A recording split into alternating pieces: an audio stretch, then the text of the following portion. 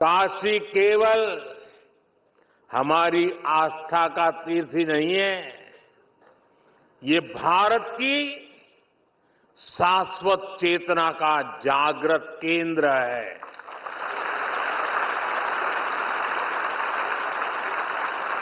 एक समय था जब भारत की समृद्धि गाथा पूरे विश्व में सुनाई जाती थी।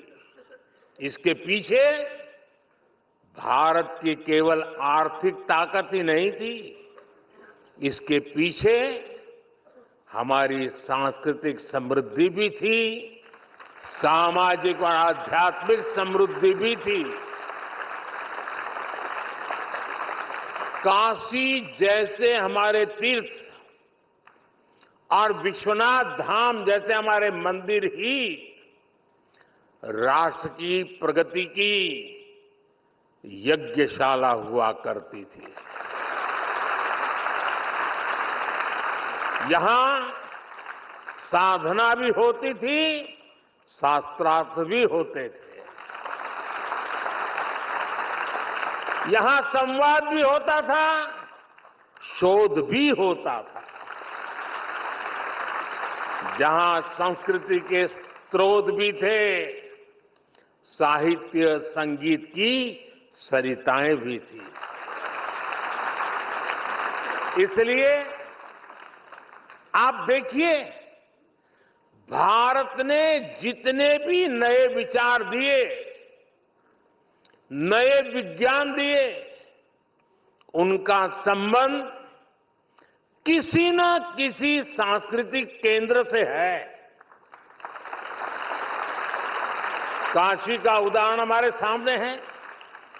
काशी शिव की भी नगरी है, ये बुद्ध के उपदेशों की भी भूमि है। काशी जैन तीर्थंकरों की जन्मस्थली भी है और आदि शंकराचार्य को भी यहां से बोध मिला है। पूरे देश से और दुनिया के कोने कोने से भी ज्ञान, शोध और शांति की तलाश में लोग काशी आते हैं। जिस एक स्थान पर ऐसी विविधता होती है, वहीं नए विचारों का जन्म होता है।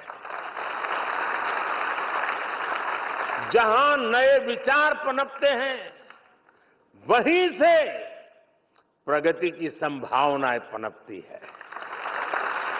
इसलिए भाइयों बहनों, विश्वनाथ धाम के लोकार्पण के अवसर पर मैंने कहा था, याद कीजिए उस समय मैंने क्या कहा था।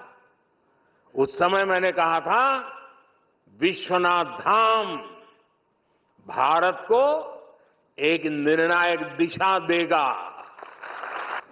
अपने भव्य रूप में विश्वनाथ धाम भारत को निर्णायक भविष्य की ओर ले जाने के लिए फिर से राष्ट्रीय भूमिका में लौट रहा है।